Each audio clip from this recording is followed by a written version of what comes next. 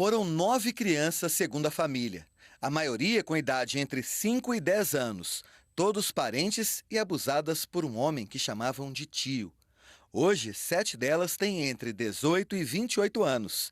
Mas a violência do passado está marcada na memória. Eu lembro que ele passava a mão pelo meu corpo e dava desculpa de que queria me abraçar. Aí, durante esses abraços que ele me dava, ele passava a mão pelas minhas partes íntimas e no final ele sempre falava que ia dar um doce, alguma coisa parecida. Daiane conta que foi abusada dos 5 aos 9 anos e diz que parou de frequentar a casa dos padrinhos para escapar da violência. Quando eu comecei a entender, nos meus 7 anos, eu comecei a negar. Eu fechava as pernas, quando ele me pedia abraço, eu não queria. Ele tinha que abraçar só de perna aberta, né? Para subir no colo dele. Eu não queria, mas aí ele abria a força, ele já começou a fazer a força. Aí foi aonde que eu comecei a afastar mais da família. Esta outra afilhada do suspeito teria sido abusada por 10 anos. Dos 5 aos 15, ela sofreu em silêncio. Aconteceu em vários lugares, de algumas formas, e eu tentava evitar, mas como eu era uma criança e ele era mais forte do que eu não conseguia sair desse tipo de abuso. A vítima diz que se casou muito nova, só para fugir do abusador. Casei e me engravidei do meu primeiro menino, aí foi onde que eu consegui sair desses abusos.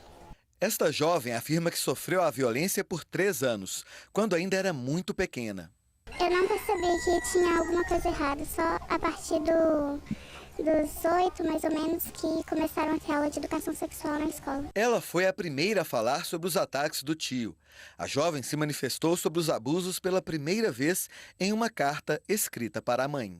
Ela falava que o tio, entre aspas, padrinho dela, ele também padrinho dela, toda vez que ela ia pra escola, ele chamava ela pra dentro de casa, enfiava a mão dentro da roupa, enfiava a mão na roupa dela, ou oferecia ela bala, essas coisas assim, que se ela me encontrasse, eu ia xingar e bater nela. No momento, minha primeira preocupação foi proteger ela, porque eu vi que ela estava deprimida, ela ficava só trancada no quarto, ela só chorava, então eu quis tratar ela primeiro. As duas procuraram uma filha do suspeito para relatar os crimes. Quando eu decidi que ia contar para a filha dele, eu contei para minha filha mais velha, que é a outra. Aí ela falou: mãe, aconteceu isso comigo também. Aí foi aí que eu falei: agora a gente vai chamar a filha dele e vai conversar. Só que nesse meio tempo, a minha filha já sabia que a outra pessoa sabia que tinha acontecido isso. E foi um contando pro outro, quando a gente viu já tinha mais vítimas. E a gente reuniu todo mundo para contar pra filha dele. No momento, a filha dele falou que ia levar ele num hospital. Depois que mãe e filha decidiram ir à polícia, as outras primas se encorajaram. Mesmo assim, eu fiquei isso, para poder não... com medo, né, do que ia acontecer, das pessoas ainda não acreditarem em mim, porque já foram tantos anos, né, que se passaram e eu fiquei com medo do que podia vir à tona. Já adultas, todas descobriram que haviam passado a vida inteira caladas e com medo. A gente tem que ter um psicológico para poder olhar na cara dele e fingir que estava tudo bem, mas por dentro você saber que nada estava bem. Você sabia de tudo que estava acontecendo e que você não podia contar para ninguém porque ninguém ia acreditar. Quase todas fizeram terapia para enfrentar os traumas. Fiz tratamento com psicólogo, fiz tratamento com psiquiatra, eu dei uma depressão muito profunda, cheguei a pesar 43 quilos. E eu passei muito mal, minha mãe me acompanhou e tal. E depois de muitos anos, eu tenho uns 2 anos mais ou menos que eu parei com o psicólogo, que eu me senti mais recuperada e mais forte. Que hoje eu consigo falar assim, abertamente, sem vergonha, porque eu fui a vítima, eu não fui a culpada, então eu não tenho que ter vergonha. 9 vítimas, entre elas afilhadas dele e sobrinhas da mulher do suspeito, apresentaram queixas. Um mandado de prisão foi expedido. Ele acabou preso pela Polícia Civil em julho, 8 meses após a primeira denúncia, mas ficou pouco tempo na cadeia. Foi liberado para responder em liberdade. Agora a gente se sente meio chateada e revoltada por não estar sendo feito, por ele estar solto, né? É isso que a gente sente agora, a gente só quer justiça, só isso. Em nota, a Polícia Civil informou que o suspeito foi preso em 10 de julho e liberado em 6 de agosto, quase um mês depois.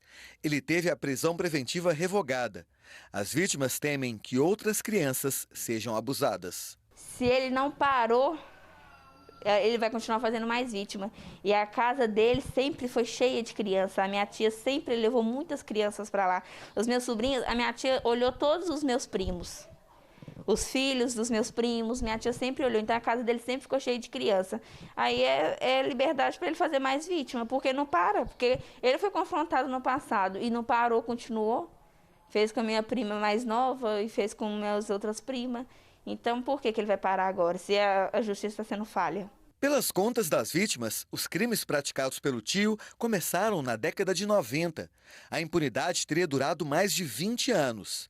Agora, elas querem vê-lo de novo e, em definitivo, atrás das grades. E eu quero que ele fique lá, não saia de lá, que ele tem que pagar por tudo que ele fez.